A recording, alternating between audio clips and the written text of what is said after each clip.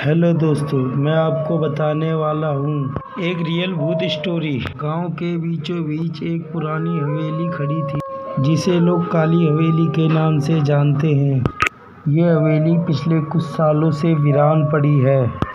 लोग उसके आसपास जाने से भी डरते हैं। कहा जाता है कि वहाँ आज तक जो भी गया वहाँ लौटकर कभी नहीं आया। रात होते ही हवेली के अंदर से अजीब आवाज़ें आने लग जाती थी और हवेली की खिड़कियों से लाल लाल आंखें चमकती दिखाई देती थी।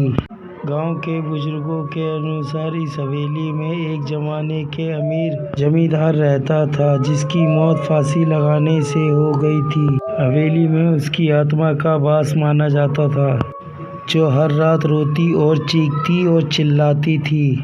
वह आत्मा किसी से बदला लेना चाहती थी, लेकिन किससे ये कोई नहीं जानता था।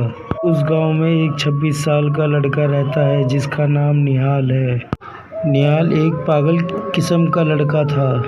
उसे भूत प्रेत की कहानियों पे भी भरोसा नहीं था।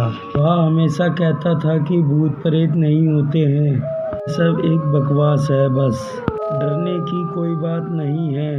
उसके साथ उसके 3 दोस्त भी थे जिसका नाम रवि, निक्कू और राघव था, और इन तीनों का भी यही कहना था कि भूत प्रेत नहीं होते हैं।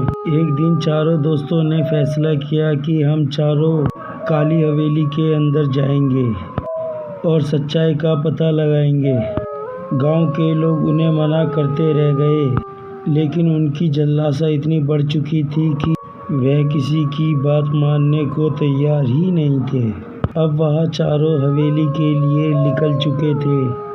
उन चारों को हवेली के पास पहुँचते पहुँचते शाम हो चुकी थी।